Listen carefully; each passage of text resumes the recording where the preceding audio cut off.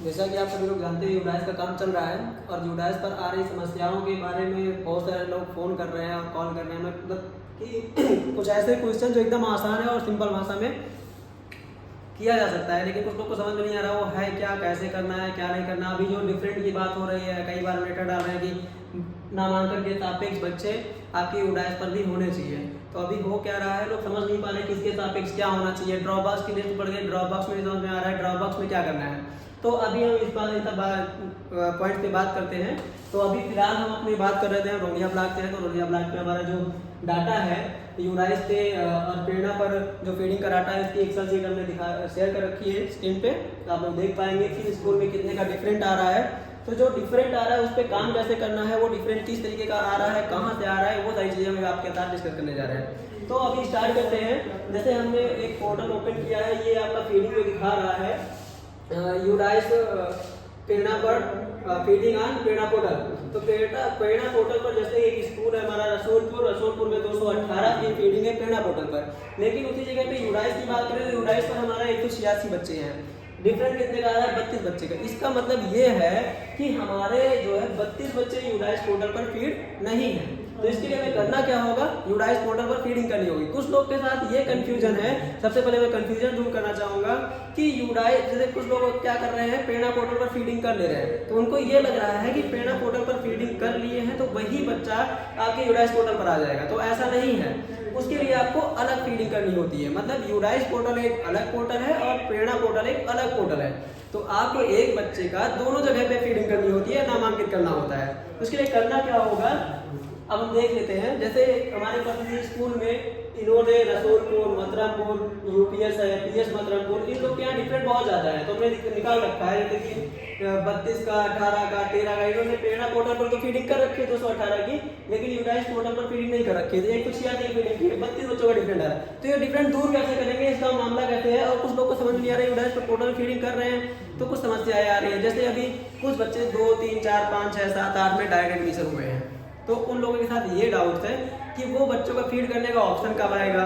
तो पहले तो आपको ये चेक करना है कि जैसे 2 में बच्चा आया तो एक में कहाँ था, एक में कहाँ से पढ़ के आया, वहाँ पर उसका पैन जनरेट था कि नहीं था। तो आपको वो देखना है। अगर उसका पैन जनरेट है तो आप इंपोर्ट मॉड्यूल का काम करेंगे। इंपोर्ट मॉड्यूल पे काम कैसे करना है उस बारे में हम अब चलते हैं अपने यूडाइस पोर्टल पे। उस पर काम कैसे करना है ये आपको दिखा देते हैं।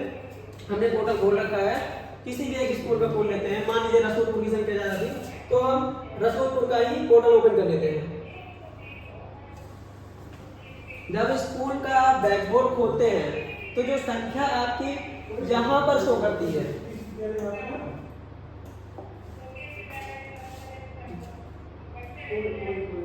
जो संख्या आपकी ये यहां शो करती है, ये आपका संख्या ही रियल संख्या होती है जो हमारे इस वाले पोर्टल पे, जैसे हमने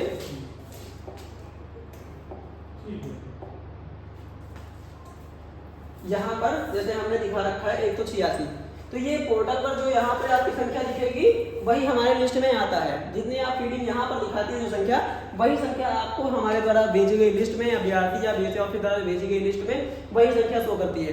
तो ये मेन जो हमारा डाटा है ये है। तो इसके लिए आपको करना क्या होता है, कक्षा 1, 2, 3, 4, 5, 6, 7, 8। अब यहाँ पर जैसे कुछ लोग कंफ्यूजन में है कि उनका जो है वो लोग पोर्टल पर फीडिंग कर रहे हैं। जैसे कक्षा 1 में नामांकित किया बच्चों को, लेकिन संख्या आपकी 0 दिखाई देती है। तो 0 दिखाने के कारण ये है कि आपने फीडिंग तो कर ली लेकिन बच्चा को दिख ही नहीं रहा।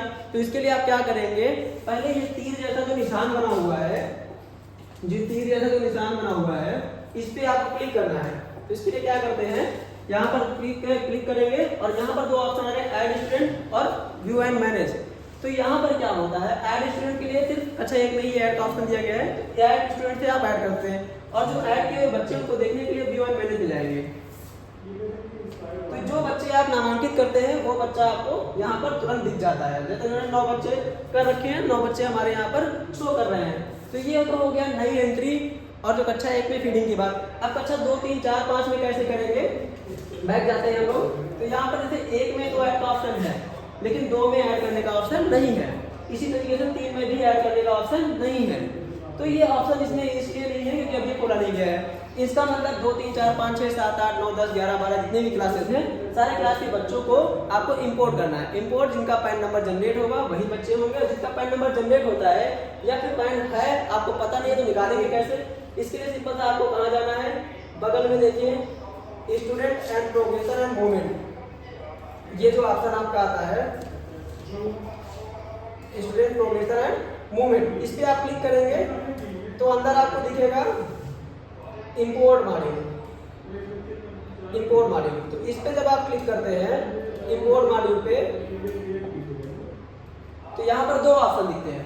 अब दो ऑप्शन ये क्या है, विद इन स्टेट और ये भी आउटसाइड स्टेट। तो विद इन स्टेट में जैसे हमारे यूपी का बच्चा है तो विद इन स्टेट से हम इसको इंपोर्ट करेंगे, जैसे कहीं पंजाब से, हरियाणा से, दिल्ली से पढ़ के आता है बच्चा तो उसके लिए क्या करेंगे, आउटसाइड स्टेट में जाएंगे। तो फिलहाल हमारे यहाँ भी ज़्यादातर क्वेश्चन में विद इन स्टेट वाले ही बच्चे हैं तो हम इसको इंपोर्ट करके दिखाते हैं कैसे करना है। अब जो 2 3 4 5 में आए हैं बच्चे, सबसे पहले उनको चेक करेंगे उनका पैन नंबर है या नहीं। तो इसके लिए अब आपके पास यहाँ पे बच्चे का पैन नंबर और डेट ऑफ बर्थ मांग रहा है, तो सबसे पहले आपको पैन नंबर चेक करना है। तो ऊपर लिखा हुआ है ये गेट पैन एंड डीओबी। तो कैसे करेंगे इसको, इस पर क्लिक करते हैं, यहाँ पर मांगेगा आधार नंबर और डेट ऑफ बर्थ की ईयर। तो जहाँ पर आप आधार नंबर डालेंगे और डेट ऑफ बर्थ की ईयर डालेंगे, जैसे डेट ऑफ बर्थ की ईयर किसी बच्चे की 2014 है तो 14 है तो आप यहाँ पे सिर्फ 14 से अगर नहीं निकल रहा है तो रैंडमली 3 4 साल आगे पीछे भी करके देख सकते हैं। होता क्या है, कभी कभी बच्चे जो गार्जियन है उनका डेट ऑफ बर्थ आगे पीछे करवा के चेंज करवा लेते हैं अपना आधार में, तो कभी कभी ये समस्या आती है। तो यदि फीडिंग में तो जो फीड किया है टीचर वही दिखेगा, तो उसके लिए आपको क्या करना है, 2014 है तो आप रैंडमली 2013 12 11 10 तक चेक कर पाएंगे कि वो इसका पैन नंबर यहाँ से मिल रहा है कि नहीं मिल रहा।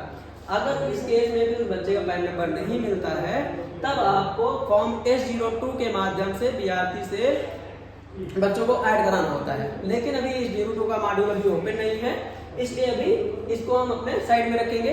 बाकी जिनका पैन नंबर मिल जाता है, फिलहाल तो कोशिश करते हैं जितने भी हमारे बच्चे हैं 2 से लेकर 8 तक या 12 तक, उनका पहले हम पैन नंबर निकाल के देख ले रहे हैं। जिनका निकल पा रहा है उसको इंपोर्ट कर लेंगे। इंपोर्ट करने के लिए सिंपल यहाँ पर उसका पैन नंबर डालेंगे, डेट ऑफ बर्थ की ईयर डालेंगे और डेट ऑफ बर्थ डालेंगे और यहाँ पे गो पे जाके बच्चे को इंपोर्ट कर लेंगे।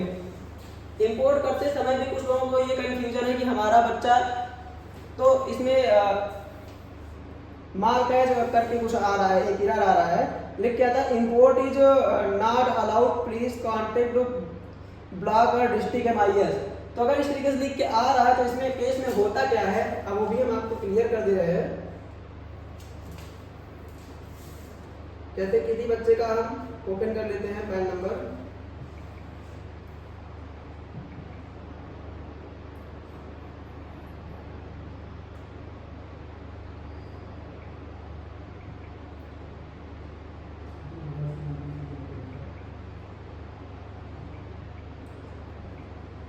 इसका डेट ऑफ बर्थ है 26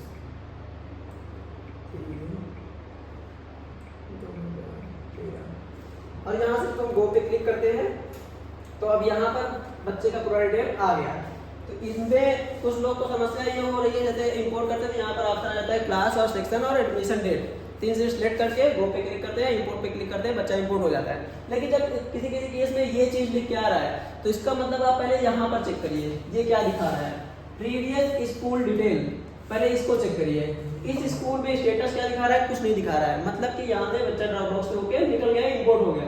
तो इनके केस में क्या हुआ, ये वाला बच्चा जो है यूपीएस मतरमपुर में एक्टिव है, हमने फोन कौन सा रखा है, रसूलपुर, और यहाँ पर ये बच्चा यूपीएस मतरमपुर में सत्र 25-26 में एक्टिव है, इसलिए यहाँ पर ये ऑप्शन नहीं आ रहा है। तो अब इस केस में क्या होगा कि जब बच्चा मतरमपुर में एक्टिव है तो हम अपने यहाँ कैसे इंपोर्ट कर सकते हैं, भाई नामांकित वहाँ पर है तो हम यहाँ पे कैसे करेंगे।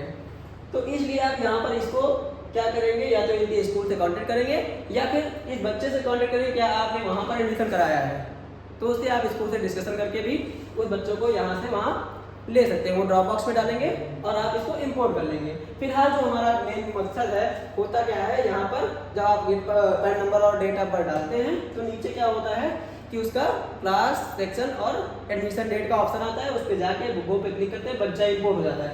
इंपोर्ट होने के बाद ये तुरंत बच्चा जो है आपका यहाँ पर स्कूल डैशबोर्ड पे दिखेगा। जिस क्लास में आप इंपोर्ट करेंगे वो यहाँ पर संख्या नहीं दिखेगी तुरंत। ध्यान रखें, जो भी आप बच्चों को इंपोर्ट या नया ऐड करते हैं तुरंत संख्या यहाँ पर अपडेट नहीं होती है, संख्या अपडेट होती है 24 घंटे के बाद। तो अभी फिलहाल में हम जब इंपोर्ट करते हैं देखने के लिए तुरंत के लिए आप क्या करेंगे, व्यू एंड मैनेज में जाएंगे।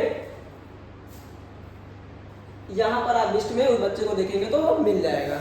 उसके बाद हमको क्या करना है, यहाँ तक तो ठीक है, बच्चों को ऐड कर लिया, इंपोर्ट भी कर लिया। अब आगे की प्रक्रिया क्या करनी है, जीपी, ईपी और पीपी और प्रीव्यू ये करना होता है। तो इसके लिए क्या करना है, ये हमारा रेड कलर से आएगा, ये रोल कंप्लीट कर रखा है। जो नहीं कंप्लीट किया उसका दिखा देंगे अभी हम किसी का, या फिर आप इसे समझ लीजिए। जैसे कि यहाँ पर जीपी करने के लिए जीपी पे क्लिक करते हैं और यहाँ पे सारी डिटेल्स की वेरीफाई करते हैं। जो डिटेल नहीं होती वो भरते हैं और सीधे नीचे चले जाते हैं सेव एज नेक्स्ट।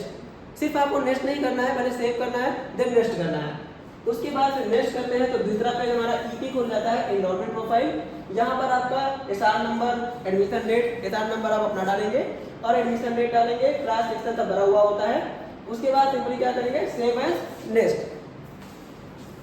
इस तरीके से आपका मिलेगा पीपी प्रोफाइल, तो मतलब फैसिलिटी प्रोफाइल। स्कूल से बच्चे को क्या क्या फैसिलिटीज दी गई, जैसे हमारे पसंदीदा स्कूल में क्या होता है, टेक्स्ट बुक, यूनिफॉर्म, ये 2 चीजें दी जाती हैं। तो यहाँ पर आपको यस करके चेक बॉक्स पे यूनिफॉर्म, टेक्स्ट बुक और यूनिफॉर्म पे क्लिक करके यहाँ पर उसका हाइट और वेट डालना होता है, अपडेट कर सकते हैं आप। उसके बाद सेव नेक्स्ट। इसके बाद ये प्रीव्यू फॉर्म होता है, कुछ लोग यहीं पर इसको छोड़ देते हैं, तो यहाँ पर तो छोड़ना नहीं है, सबसे नीचे जाके आपको इसको कंप्लीट करना है। यहाँ पर कंप्लीट का ऑप्शन है क्योंकि ये ऑलरेडी कंप्लीटेड है, तो यहाँ पर कंप्लीट लिख के आता है। पहले कंप्लीट करेंगे तब बैक टू डैशबोर्ड या फिर नेक्स्ट स्टूडेंट पे जाते हैं।